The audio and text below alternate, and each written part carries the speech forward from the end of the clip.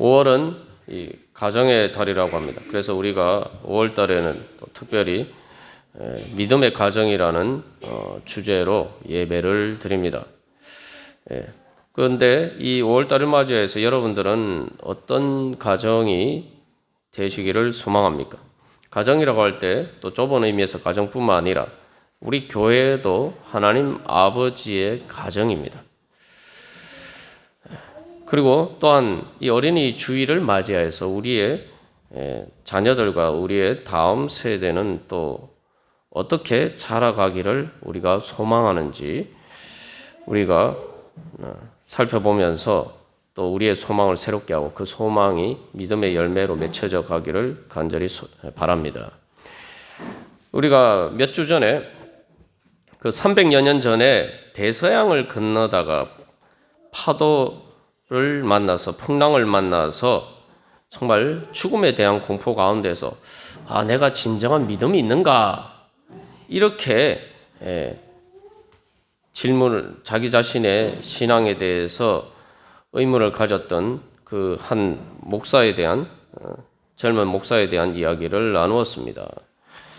그런데 그 다음 이야기가 우리가 주목해 볼 필요가 있습니다.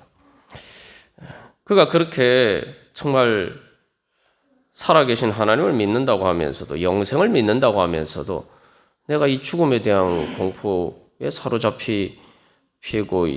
잡혀 있으니 나에게 진정한 믿음이 있는가 이렇게 자기 자신에 대해서 질문하고 있을 때에 어디선가 그 풍랑 가운데서 아비규환의 그 공포 가운데서 사람들이 부르짖고는 그 가운데서 찬송 소리가 들려오는 거예요. 침착하고 용기를 잃지 않고 찬양하는 사람들의 소리가 들려오는 겁니다. 그래서 이 사람이 그들에게 물었습니다. 죽음이 무섭지 않느냐? 그가 그들에게서 발견한 것은 건장한 남자들뿐만 아니라 그 여자와 어린아이들까지도 죽음에 대한 공포를 뛰어넘는 믿음을 보았다는 거죠. 그래서 이제 바로 그 배에서의 이 만남을 계기로 해서 그들은 이제 모라비안이라고 하는 성도들인데 그들과 함께 이제 신앙의 교제를 하게 되었습니다.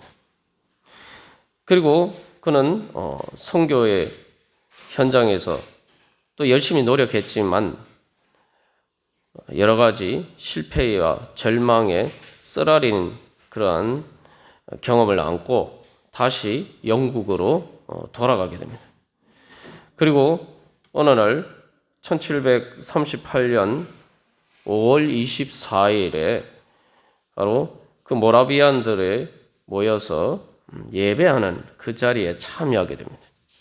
그때에 바로 그 모임을 인도하는 사람이 루터의 로마서 주석 서문을 읽고 바로 믿음을 통해서 그리스도에 대한 믿음을 통해서 우리 마음 가운데 역사하시는 하나님이 우리 가운데 일으켜 주시는 변화에 대해서 이야기를 할 때에 그의 마음이 갑자기 이상하게 뜨거워지는 것을 느끼게 되고 그는 바로 그 모든 절망의 자리에서 새로운 하나님께서 주시는 구원의 확신과 소망의 문이 열리는 것을 경험하게 됩니다.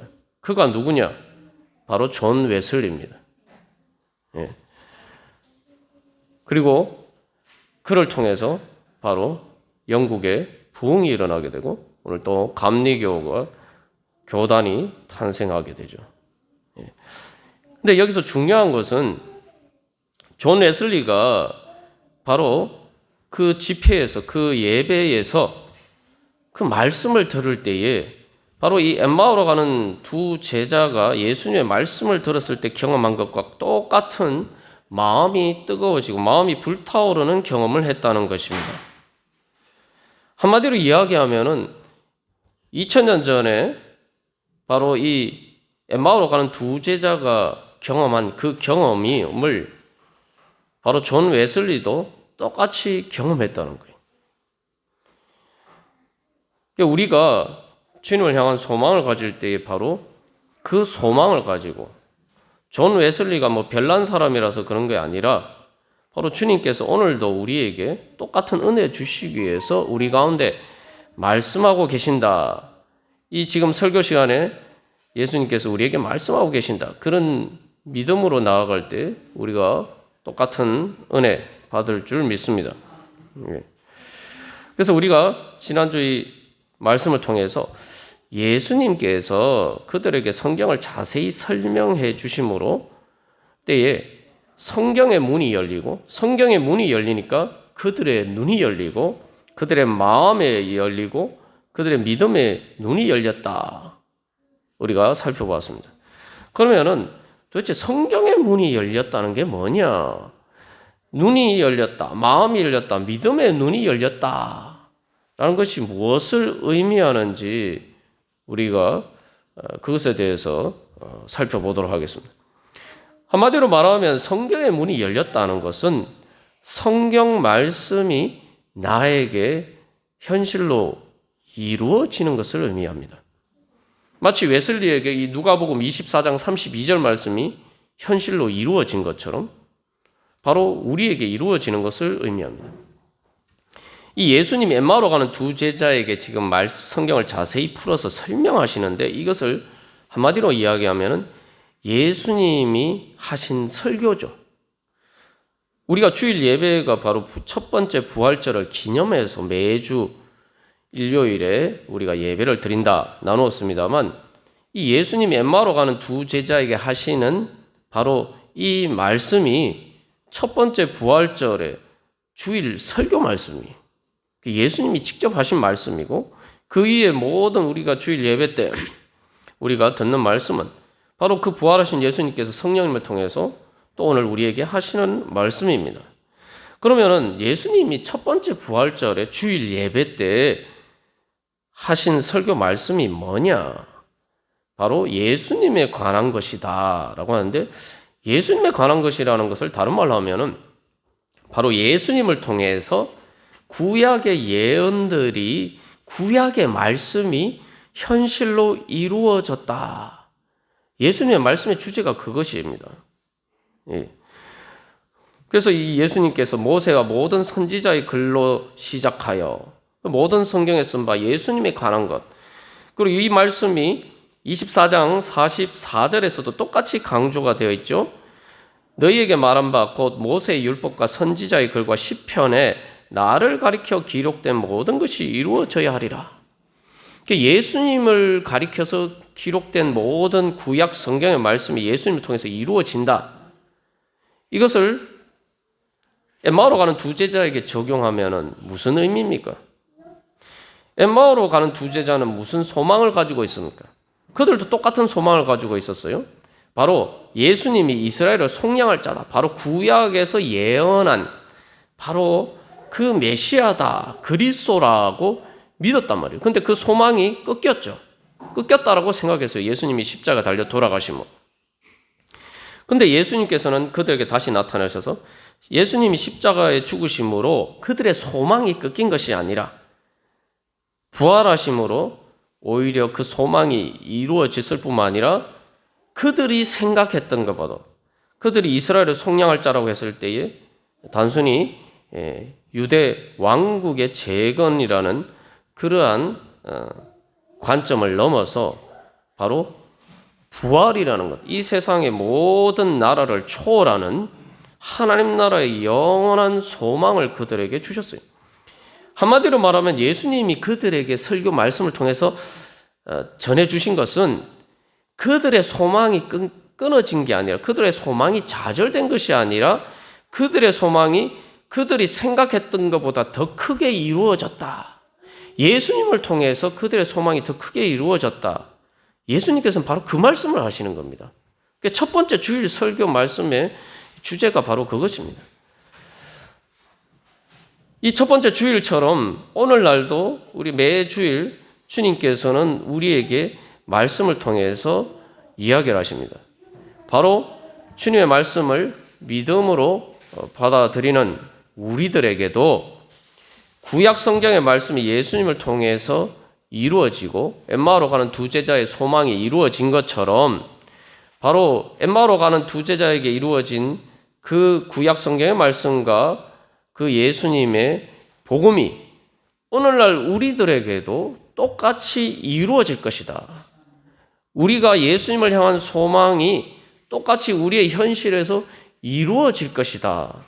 예수님께서는 그 말씀을 하시고 우리가 주일 설교 말씀도 다 그 말씀입니다. 그래서 우리가 이 신약 성경, 친구약 성경을 통해서 우리가 설교 말씀을 듣는데 그것은 바로 이 말씀이 단순히 먼 과거의 말씀이 아니라 오늘 나의 소망을 이루어 주시는 말씀이다. 그렇게 우리가 믿음으로 받아들여야 되고 또 이 말씀을 하시는 이유도 바로 그것이 바로 또 주님께서 우리에게 이 설교 말씀을 통해서 우리에게 전하시고자 하시는 바입니다. 그래서 우리는 그런 소망을 가지고 주님의 말씀을 받아야 됩니다. 내 소망이 주님의 말씀을 통해서 예수님을 통해서 이루어진다. 이게 예수 믿는 거예요. 근데 한 가지 우리가 여기서 기억할 것은 단순히 내 소망이 이루어지는 것뿐만 아니라 내가 소망했던 것보다 더 큰 소망이 이루어진다. 이게 예수님을 실제로 부활하신 예수님을 실제로 만난 사람들의 다 고백이에요. 저도 마찬가지였습니다. 저도 주님을 향한 소망이 그렇게 제대로 있었나 이런 생각을 해보게 되지만 그러나 뭐 어쨌든 삶이 어렵고 힘드니까 주님 앞에 부르짖으면서 주님 어떻게 이렇습니까? 이렇게 주님 앞에 기도했을 때에 부활하신 예수님을 만났고 또 천국을 경험하게 되었습니다. 그런데 그 이후에 일어난 일은 바로 주님께서 내 마음 문을 열어주셨을 때 천국의 문이 열렸을 뿐만 아니라 그 다음에 내 인생의 새로운 은혜의 문이 열리게 되는데 내가 그 전에 한 번도 상상도 해보지 않은 그러한 은혜가 의 소망이 이루어졌다는 거죠. 쉽게 말하면 내가 소망하지 않은 것도 이루어졌단 말이죠. 그게 바로 부활하신 예수님이 우리에게 주시는 소망입니다. 그래서 그런 부활하신 예수님을 만나게 되면은 이제 단순히 내가 어떤 소망을 이루기 위해서 예수님을 소망하는 것이 아니라 나의 가장 큰 소망은 바로 예수님이 되는 거예요. 예수님 당신 자신이 내 소망이 되는 겁니다. 그래서 이 보혈의 구속의 은혜, 십자가의 보혈의 구속의 은혜를 통해서 자유함을 얻었지만 그러나 제가 부활하신 예수님을 만나고 깨닫게 된 게 내가 죄에서 자유함을 얻었지만 예수님이 내 소망이 아니었어요. 그러니까 예수님이 나한테 필요하긴 했는데 내가 필요한 다른 것이 소망이었고 예수님 당신 자신이 소망이 아니었다는 사실을 깨닫게 됐어요. 그래서 예수님을 바로 내 소망으로 내가 내 사랑으로 그렇게 받아들였을 때에 단순한 죄에서 자유함을 넘어서 행복의 비결을 발견하게 됐어요. 행복의 비밀, 천국의 비밀을 발견하게 되었습니다. 저뿐만 아니라 바로 오늘날 예수님께서 예수를 믿는 우리 모두에게 주시고자 하는 소망입니다. 저는 그날 밤을 아직도 기억하는데 그 골방에서 아무도 없는 불 꺼진 골방에서 주님 앞에서 울면서 기도했을 때에 부활하신 예수님을 만났을 때에 제 인생에서 바로 천국의 문이 열린 순간입니다. 그래서 그때 바로 천국의 행복의 비밀의 문이 열린 시간이었습니다.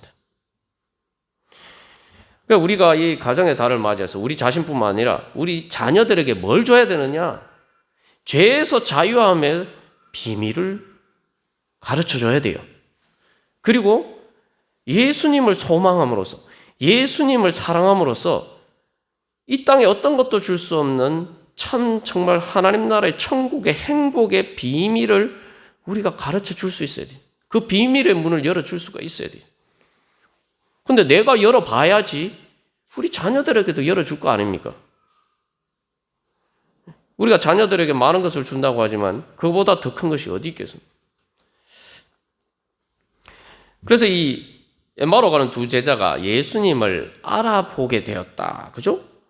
그 예수님이 떡을 떼주실 때 눈이 밝아져 예수님인 줄 알아보았다. 이것은 그냥 문자가 들어가 보면은 알게 되었다 이런 뜻인데 그냥 아는 게 아니고 강조해서 완전히 알게 되었다. 다시 말하면은 체험적으로 알게 되었다는 거예요. 성경의 문이 열려서 성경 말씀을 깨닫고 나니까 예수님을 체험적으로 만나게 되었다는 것입니다. 그래서 우리가 이 성경의 문이 열린다는 것을 통해서 무엇을 깨달아 알아야 되느냐? 성경의 문이 열리고 눈이 열리고 마음이 열리고 믿음의 눈이 열린다는 것은 무엇을 의미하느냐? 바로 이제 내가 성경의 세계 속으로 들어갈 수 있게 된다는 겁니다. 성경의 문이 열려서 이 화면처럼 그죠? 성경의 문이 열려서 성경의 세계 속으로 들어갈 수 있게 됐다는 거예요. 자, 성경의 세계와 현실의 세계가 어떻게 다릅니까? 그 이전에 저렇게 먹구름이 가득한 어두운 세계 속에서 성경의 문이 열리니까 그 성경의 문이 열린 문을 통해서 환한 천국과 같은 성경의 세계의 빛이 비치고 있죠. 그 안으로 들어가는 거예요. 그 안으로 들어갈 수 있게 됐다는 걸 의미합니다. 그 성경의 세계가 뭐냐? 오늘 부활하신 예수님께서 엠마오로 가는 두 제자들에게 말씀하신 거죠. 성경의 세계는 성경을 통해서 말씀을 통해서 하나님께서 약속하신 복음의 약속이 그 예언의 약속이 바로 예수님을 통해서 성취되는 것처럼 바로 나에게 성취되는 이루어지는 세계가 바로 성경의 세계입니다. 그 예수님을 통해서 예언이 어떻게 성취되었습니까? 말씀이 눈에 안 보이잖아요. 그죠? 눈에 안 보이는데 예수님이 성육신 하셨잖아요. 우리가 똑같은 육신을 입고 오셨대요. 그게 무엇을 의미합니까? 말씀이 육신이 되셨다. 말씀이 이렇게 내 몸에 보이는 육신처럼 보이게 되었다는 거예요. 그리고 예수님이 그 몸으로 이 땅에서 사시고 그 삶을 통해서 바로 십자가를 넘어서 부활에 이르게 되셨죠. 이제 성경 말씀이 그저 단순히 문자가 아니라 눈에 보이는 몸의 현실이 되고 내 삶이 되고 하나님의 약속의 말씀이 이루어지는 것이 내 삶의 현실이 되는 세계. 그게 바로 성경의 세계입니다. 그래서 내가 성경의 문을 열린 문으로 내가 그 안으로 들어가게 되면은 내가 어디에 있게 되죠? 내가 바로 성경의 세계 속에 있게 되는 거죠. 그러면 어떻게 됩니까? 내 삶의 자리, 내가 사는 세상이 그저 이 세상이 아니라 성경의 세계가 돼요. 성경의 세계가 되면은 바로 성경에서 믿음으로 살면서 살아계신 하나님을 경험한 그 사람들과 같은 삶을 내가 살게 되는 겁니다. 저도 바로 그 부활하신 예수님을 통해서 천국의 문이 열리고 난 다음에 이제 열심히 기도를 하고 말씀을 보는 가운데 이제 성경의 문이 점점 더 열리고 그것을 통해서 이제 하나님의 은혜를 체험하게 되었는데 마지막에는 그래서 큰 인생의 과제 앞에서 이제 대학 시험을 치는 그 일주일 전에 바로 또 불안과 절망과 좌절 속에서 갑자기 이렇게 막 그 낙담이 되고 어두운 그림자가 몰아닥쳤어요. 그럴 때 하나님께서 바로 다윗이 골리앗을 무찌른 그 말씀을 저에게 주셨어요. 그래서 다윗이 갑옷을 입고 자기 능력으로 골리앗을 물리친 것이 아니라 만군의 여호와의 이름, 하나님이 주시는 능력으로 그 골리앗을 물리쳤는데 네가 왜 이제 와서 네가 똑똑하고 네가 잘난 거에 뭐가 있다고 하나님을 의지하지 않고 네 자신을 의지하고 있느냐? 그 성경 말씀을 통해서 저에게 말씀하시고 그래서 다윗이 보면은 이 사울이 갑옷을 입혀주는데 그 갑옷 다 벗어버리고 하나님을 의지하면서 쓰던 물맷돌만 들고 나가잖아요. 그래서 그 말씀대로 그래 내가 똑똑하고 내가 잘난 게 뭐가 있다고 이제 와서 내 자신을 바라보면서 내가 불안하고 초조해하느냐. 그래서 그것을 다 내려놓고 주님 앞에서 다 내려놓고 그래서 목요일에 시험을 치는데 죄송합니다. 제가 목요일인지 금요일인지 하여튼 그 주간에 시험을 치는데 월요일날 그런 일이 있고 그래서 월요일에 그야말로 가족들과 함께 말 그대로 부흥회를 했어요.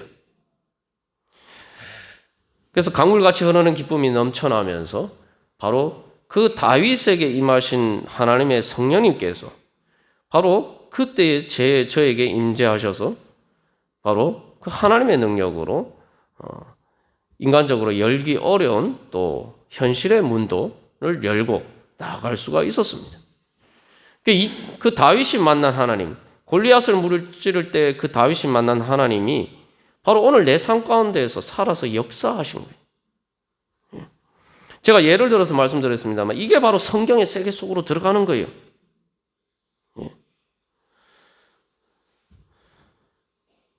그러면은 우리가 성경의 세계 속으로 어떻게 들어가느냐? 예수님이 성경의 문을 열어주셨잖아요. 우리가 한 가지 기억해야 할 것은 예수님이 성경의 문을 열어주셨으면은 내가 들어가야 돼요. 아무리 문이 열려 있어도 내가 들어가지 않으면 그게 나에게 무슨 소용이 있겠습니까? 그죠? 예. 그럼 어떻게 들어가느냐? 구체적으로 내가 성경의 문을 열린 문으로 어떻게 들어가느냐? 이 엠마라고 하는 두 제자가 이 예수님의 말씀을 들었을 때 우리가 지난번에 나눈 것처럼 어떤 식으로 반응을 합니까? 예수님 보고 강건하면서 예수님 우리와 같이 머무릅시다. 한마디로 예수님 우리와 같이 사십시다. 단순히 나그네가 아니고 그들의 주인으로 그들이 예수님과 같이 먹고 마시고 그날 밤을 같이 지내기를 원했단 말이죠. 이게 바로 이 성경의 세계 속으로 열린 문으로 들어가는 겁니다. 이렇게 엠마오로 가는 두 제자가 예수님을 그들이 모셨듯이 내 마음 문을 열고 이제 예수님을 모셔야 돼요. 문을 열어주시는 건 예수님이 하시는 일이지만 그 문으로 들어가는 것은 내가 믿음으로 내가 들어가야 돼요. 그것이 예수님 입장에서 문을 열어주시는 것이 되지만 우리 입장에서는 그 문을 열린 문으로 들어가는 것은 내가 내 마음 문을 열고 예수님을 내 안에 모시는 거예요. 왜 이들이 그렇게 됐습니까? 예수님이 성경을 풀어주실 때 그들 속에서 우리의 마음이 뜨겁지 않았다. 우리 마음이 불타오르지 않았냐. 올해 우리가 하나님께서 우리에게 주신 목표가 뭡니까? 열정으로 소망하라 그러는데 성경 말씀, 예수님의 말씀을 들으니까 마음이 불타오른다. 뭐가 불타올랐을까요? 바로, 그래. 우리의 소망이 꺾인 것이 아니고, 부활을 통해서 우리의 소망이 이루어지는구나. 내가 정말 성경 말씀을 통해서 약속하신 그 소망을 내 안에 이루어졌으면 좋겠다 하는 말씀이 내 안에 성취되었으면 좋겠다. 예수님을 통해서 그 부활을 통해서 이루어졌으면 하는 그 간절한 소망의 불길이 불타오르기 시작한 거예요. 말 그대로 내 것으로 갖고 싶다 이거예요. 말씀이 그저 남이 말씀을 아니라 저기 신앙 좋은 사람이 하는 거나 존 웨슬리가 하는 거나 엠마로 가는 두 제자가 아니라 또 정건호 목사가 전하는 말씀이 아니라 그 말씀이 나의 말씀이 되고 싶다. 나도 저렇게 예수님 만나고 싶다. 나도 그런 은혜 체험하고 싶다라는 마음의 간절한 소망이 불타오르는 거예요. 그게 바로 엠마라고 하는 두 제자가 마음이 불타오르지 아니하더냐 그겁니다. 그래서 제가 제 그런 경험을 전국 곳곳에 다니면서 많이 간증하고 다녔어요. 근데 그 중에서 얼마나 많은 사람이 정말 똑같은 소망, 정건호라는 사람에게 역사하신 나도 그 예수님을 만나고 싶다. 이런 소망을 가지고 그렇게 주님 앞에 나간 사람은 만났을 줄로 믿습니다. 그래서 제가 이렇게 중고등부 이제 입시 문제가 항상 이렇게 현실적인 문제다 보니까 제가 이렇게 다니면서 이렇게 많이 간증을 했습니다만 그럴 때 우리가 그런 간증뿐만 아니라 수도 없이 그런 얘기 많이 듣잖아요. 성경 말씀 듣는 게 마찬가지예요. 그러면은 나도 저 성경 말씀이 내 삶의 현실이 되었으면 좋겠다. 이게 정말 간절하게 소망이 불타올라야 돼요. 그게 강건했다고 이야기하잖아요. 강건했다. 강건했다는 게 지난번에도 우리가 나눴지만 이거는 예수님이 난 그냥 가겠다 얘기하는데 끝까지 쫄라댄 거예요. 뭐 예수님 해도 그만 안 해도 그만이 아니고 예수님이 아유 그래 알았다 내가 너희들하고 같이 오늘 하룻밤 지내고 갈게 이렇게 허락하실 때까지 예수님이 허락하실 때까지 쫄라댔다는 거예요. 이게 이 성경에 이렇게 쫄라대서 이렇게 축복받은 사람이 있죠. 대표적인 사람이 누굽니까? 야곱 아닙니까? 야복강가에서 야곱이 씨름하다가 우리는 씨름했다는 것만 알면 사실 씨름하다가 천사한테 오늘날 고관절을 이렇게 두들겨 맞아서 고관절이 나갔어요. 그 다음부터 쩔뚝거리면서 다니는데요. 그래가지고 완전 폭 꼬꾸라졌어요. 그런데도 그 옷자락을 붙들고 그 발을 붙들고 살려주십시오. 주님 축복해 주십시오. 바디메오도 그런 거 아닙니까? 그죠? 그러니까 소망이 불타오르면은 이건 놓치면 안 된다. 바디메오도 그런 거예요. 이거 놓치면 안 된다. 예수님 지금 내 앞에 지나가시는데 이거 절대 놓치면 안 된다. 나 무슨 수가 있어도 이 기회를 내가 붙잡아야 되겠다. 오늘 말씀이 선포되는데 내가 저 말씀을 꼭 붙잡아서 내 삶의 현실로 만들어야 되겠다. 그겁니다. 우리 마음에 그런 소망이 불타요. 아니 하나님이 우리한테 있어도 그만 없어도 그만 그런 문제입니까? 저한테는 삶에 이건 죽느냐 사느냐라는 문제였어요. 제 개인적으로.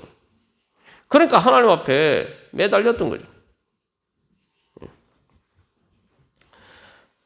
그래서 이 예수님이 이제 들어가셔서 떡을 가지서 축사하시고 떡을 떼어서 이제 주시죠. 쉽게 말하면은 이 엠마오로 간 두 제자가 예수님께 요구한 게 뭐냐? 어떤 소망을 가지냐? 예수님이 떡 떼주십시오. 예수님이 밥을 주십시오. 우리식으로 하면. 예수님이 제 먹을 거 챙겨 주십시오. 이거예요. 예? 그래서 오늘 설교 제목을 제가 먹는 것처럼 소망하라. 밥 먹는 것처럼 소망하라.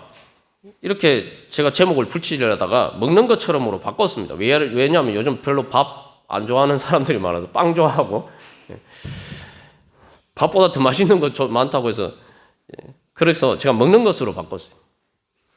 내가 정말 식욕처럼 먹는 것처럼 정말 생명의 양식을 주님께서 주시는 생명의 양식을 내가 받아 먹어야겠다. 그 소망을 가진 배고픈 것처럼. 그래서 예수님이 떡을 떼주시잖아요. 말씀을 생명의 양식을 내가 먹으면 어떻게 됩니까? 말대로 생명의 양식이에요. 우리가 성찬식이 바로 이걸 상징하는 거죠. 예수님의 살과 피를 먹고 마시니까 내 살과 피가 우리 먹는 것으로 이루어지는데 예수님의 살과 피가 내 살과 피가 예수님의 살과 피가 되는 거예요. 다 이게 뭡니까? 예수님의 몸을 통해서 말씀이 이루어진 것처럼 이제 예수님을 통해서 하나님의 말씀을 이루신 그 성령님께서 내가 예수님이 주시는 생명 양식을 먹을 때에 바로 그 성령님께서 내 안에 동일하게 역사하셔서 바로 내 몸을 통해서 내 삶을 통해서 하나님의 말씀이 이루어지는 거예요. 그게 바로 오늘 엠마오로 가는 두 제자가 결국 예수님을 만나서 부활하신 예수님을 만나서 얻게 된 축복입니다. 그래서 이 예수님께서 다시 이제 제자들의 모임 가운데 나타나시는데 여기서 우리가 보면은 우리가 상당히 좀 의아한 말씀이 있죠.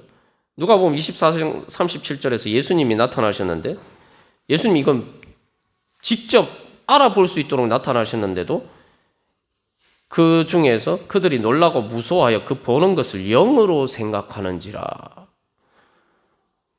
그 예수님께서 영으로 생각한다는 말이 뭐냐 하면은 그냥 예수님이 실제로 몸이 부활하신 게 아니라 그냥 예수님의 영이 마치 유령 나타나듯이 그렇게 예수님의 영이 보인 거라 이렇게 생각했다 이 말이죠. 근데 여기서 영으로 생각하는지라 하는데 이 제자들이 큰 착각이에요. 여기 영이라는 건 말 그대로 이 정신을 얘기하는 게 아니라 우리가 성령할 때 그 영인데 우리가 그런 식으로 오해할 때가 많아요. 영적인 것을 마치 유령 나타나는 거 그런 것으로 생각할 때가 많단 말이죠. 네. 그래서 예수님이 제자들이 의심하니까 뭘 하십니까? 손과 발을 보이시고 그 다음에 뭘 하시죠? 생선을 드시죠. 먹으신단 말이죠. 이게 뭐냐? 우리가 오해하는 것은 영적인 문제를 그저 눈에 안 보이는 정신적인 문제, 뭐 이런 문제로 자꾸 생각한단 말이에요. 내 삶의 현실과 상관없는 문제. 다시 말하면 내 구체적인 이 몸으로, 이 눈에 보이는 이 몸으로, 이 손과 발로 내가 일을 하고 행하면서, 발로 걸어다니면서 행하면서 사는 이 삶하고 상관없는 문제로 생각한다는 거예요. 영적인 문제를. 근데 예수님이 보여주신 건 뭡니까? 영적인 문제는, 부활하신 예수님이 나타나셨을 때 영적인 문제는 내 손과 발로 내 몸으로 직접 살아가는 삶의 문제라는 거예요. 더 생생하게 한마디로 말하면 먹는 문제를, 먹고 사는 문제라 이 얘기예요. 근데 우리는 자꾸 영적인 문제를 내 몸으로 살아가는, 현실에서 살아가는 것과 별 상관없이 생각한단 말이죠. 내가 오늘도 밥 먹고 살아가는 이 문제하고 별 상관없다고 생각한단 말이죠. 제가 부활하신 예수님을 만나고 영적으로 만났죠. 뭐 그렇다고 예수님 뭐 눈에 딱 보이게 나타나신 것도 아니고 제 마음으로 말씀하셨는데도 제가 현실이 하나도 바뀐 게 없는데 제가 여러 번 간증했습니다. 천국을 경험했단 말이죠. 그랬더니 실제로 내 눈에 보이는 이 몸으로 살아가는 삶도 완전히 천지가 개벽하도록 바뀌었어요.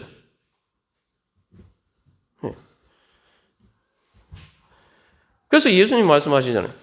제자들에게 너희가 무엇을 먹을까 무엇을 마실까 염려하지 마라. 너희는 먼저 하나님의 나라와 하나님의 의를 구하라. 그리하면 이 모든 것을 너희에게 더하시리라.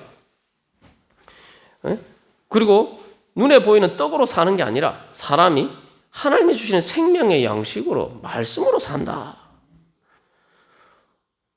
이게 바로 하나님께서 우리에게 주신 축복의 비밀이에요. 부활의 비밀이에요. 근데 우리는 아직도 믿음이 없어서 영적인 문제를 뭐 성경 보고 뭐 기도하는 이런 문제를 내 삶하고 별 상관없다고 생각하니까 당장 내가 오늘 뭐 취직하고 좋은 대학 들어가고 뭐 이런 사는 문제하고 먹고 사는 문제하고 상관없다고 생각하니까 내 마음에 소망이 안 일어나는 거예요.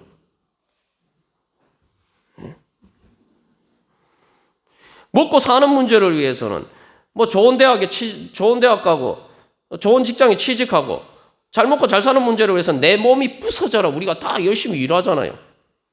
그런데 그래서 그런 것을 향해서는 내 몸에 막 그런 소망이 있어서 내가 힘들어도 인내하면서 참고 견디는데 하나님이 주시는 영적인 축복의 생명의 양식을 위해서는 전혀 그런 소망이 없단 말이에요. 소망이 없으니까 어떻습니까? 아무런 투자를 안 해요. 아무런 노력을 안 해요. 마음과 시간을 들이지 않아요. 소망이 없으니까. 새벽부터 여기 뭐 일하러 나가시는 분들도 있잖아요. 그런 마음으로 그렇게 돈 한 달에 월급 받으려고 우리가 얼마나 열심히 일합니까? 그 마음으로 주님 앞에 새벽 기도 나와서 기도해 보십시오. 여러분의 삶이 바뀝니다. 하나님이 주신 생명의 양식에 대해서 그런 소망이 없으니까 구하지도 않고 구하지를 않으니까 우리가 그 문으로 못 들어가는 거예요. 부활하신 예수님이 이 땅에 이미 오셨어요. 부활하신 예수님이 엠마오로 가는 두 제자가 몰라봐도 예수님을 알아보지 못해도 예수님은 그들에게 말씀하시고 그들과 동행하십니다. 내가 알아보지 못해도 이미 천국의 문은 다 열려 있습니다. 성경의 문은 다 있어요. 근데 내가 성경의 문을 등지고 있으니까 내 눈에 아무것도 안 보이는 거죠. 성경에 열린 문이 안 보이는 거예요.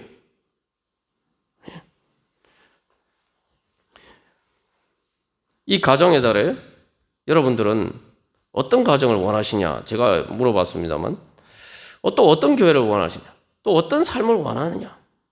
예.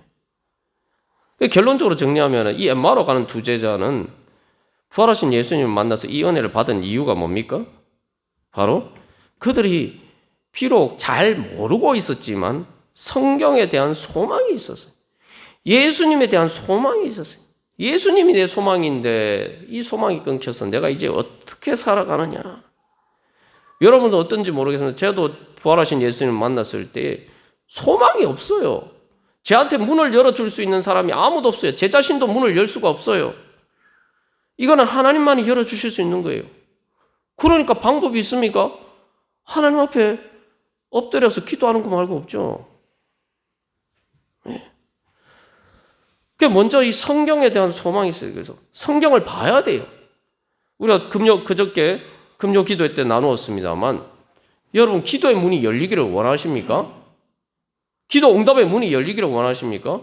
그러면 먼저 첫 번째 점검해봐야 되는, 내가 성경의 문을 열고 있느냐? 내가 성경 말씀을 읽고 있느냐? 성경 말씀을 봐야지 내가 직접 성경 말씀으로 응답을 받지 않아도 기도하는 가운데 예수님의 음성을 들을 수 있어요. 내가 성경 말씀을 봐야지. 그것들이 내 마음 안에서 때가 되었을 때에, 그 예수님께서 말씀하잖아요. 지금 너희들이 다 이해하지 못해도 성경을 내 이 말을 다 들어 놓으면은 때가 되면은 성령님께서 다 생각나게 하실 것이다. 기도 응답을 받으면 먼저 성경을 많이 읽어놔야 돼요. 성경의 세계 속에 푹 들어가서 젖어야 돼요.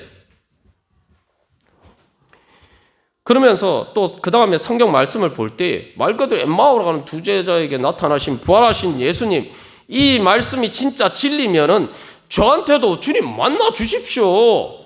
저한테도 문을 열어 주십시오. 성경의 문을 열어 주시고 마음을 열어 주시고 눈을 열어 주시고 제 인생의 부활의 문을 열어 주십시오. 그렇게 간절하게 소망하면서 기도하면서 여러분 성경 말씀 보십시오. 그리고 말씀을 들으십시오. 응?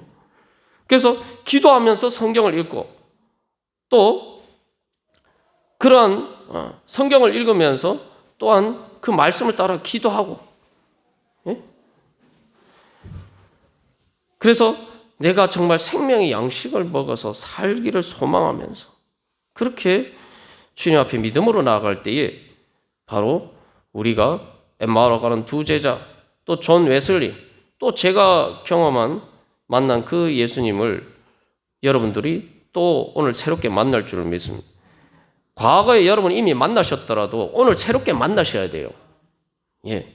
인생의 문이 한 번 연다고 다 문이 다 열리는 겁니까? 아니잖아요. 우리 다음 세대도 마찬가지입니다. 세상이 참 예전보다 살기 많이 좋아졌죠. 그죠? 사실 물질적인 게 보면 우리나라 국민소득을 언젠가 보니까 인구 5천만 이상 되는 나라 중에서 우리는 거의 6위 7위더라고요. 물질적인 부분만 보면은 세계에서 거의 탑에 속해요. 우리가 이미 벌써. 그런데도 그렇다고 해서 젊은 세대가 살기가 쉽습니까? 다음 세대는 다음 세대 나름 그들이 감당해야 되는 현실의 삶의 무게가 있어요. 단순히 경제적으로 예전보다 먹고 살기 좋아졌다고 삶이 편한 게 아닙니다. 중요한 것은 그래서 우리가 우리의 자녀와 우리의 다음 세대에게 줘야 될 게 뭐냐? 그들 스스로 부활의 문을 열 수 있도록 우리가 그 길로 인도해 줘야 돼요. 인생의 문, 진학이나 취업이나 결혼이나 여러 가지 인생의 문제들의 그 인생의 문이 다 활짝 열려도 죽음으로 결국 그 모든 문이 닫힐 텐데 그 무슨 소용이 있습니까? 그 문이 다 아무리 활짝 열려도, 그죠? 우리가 예수님을 통해서 그래서 우리가 다 우리의 자녀들이 성경의 문을 열고 그래서 그들이 무덤을 열고 부활의 문을 열 수 있는 그런 부활의 능력을 우리가 줘야 돼요. 그런 능력을 가질 수 있도록 인도해 줘야 돼요. 무덤의 문을 열고 부활의 문을 열 수 있으면은 삶의 어떤 문도 스스로 다 열 수 있게 됩니다. 예. 그리고 예수님과 함께 동행하는 하늘 가는 밝은 길이 됩니다. 어린이와 다음 세대만 그런 게 아닙니다. 우리도 마찬가지예요. 연세 드신 분들도 마찬가지입니다. 예? 우리가 나이 들어가면서 경험하는 게 뭡니까? 인생에 열려있던 문들이 하나씩 닫히는 게 나이 들어가는 거예요. 여러분 다 경험하시잖아요. 이제 나중에는 몸을 움직이는 것도 힘들어서 어디 하다못해 버스 타고 어디 여행하고 그런 것도 하기 어려울 정도로 이제 문이 닫혀요. 코로나 때문에 뭐 제대로 다니지 못한다 그러지만 나이 들면 코로나 아니라도 못 다녀요. 네. 그 우리가 문이 활짝 열린 것처럼 보이지만 실제로 나이가 들면서 문이 하나씩 다 닫히고 마지막에 우리의 생명의 문도 닫힙니다. 육신의 생명의 문도 닫혀요. 우리가 아무리 나이가 들어도 하나님 보시기에는 어린아이예요. 예? 우리 이미 천국에 가 있는 성도들에 비하면 우리는 갓난아기도 안 돼요. 왜냐하면 우리가 천국에 가는 거는 우리가 지금 이 땅에 사는 건 엄마 뱃속에 있는 것과 같단 말이죠. 우리가 천국에 갈 때는 엄마 뱃속에서 태어난 것 같이 그렇게 또 천국에 태어나는 거죠. 그러니까 우리 아직 갓난아기도 아니고 사실 천국에 있는 하나님의 백성의 관점에서 보면 우리는 엄마 뱃속에 있는 태아와 같은 차이입니다. 여러분, 이 말씀 들으니까 좀 신바람 나지 않으세요? 이야, 내가 아직 이제 인생 다 사는 게 아니고 이제 아직 인생 살지도 않았구나. 제대로 살지도 않았구나. 그죠? 그게 하나님께서 우리에게 주신 부활의 소망입니다. 이제 어린아이든 이제 나이 드신 분이라든 우리 모두가 이 5월을 맞이해서 다시 한번 바로 성경의 문을 열고 우리의 마음 문을 열고 믿음의 눈을 열어서 부활의 문을 열고 그 부활의 세계로 성경의 세계로 들어가시는 바로 그러한 은혜의 새로운 시작이 되기를 간절히 소망합니다. 우리 다 같이 그것을 소망하면서 기도드리겠습니다.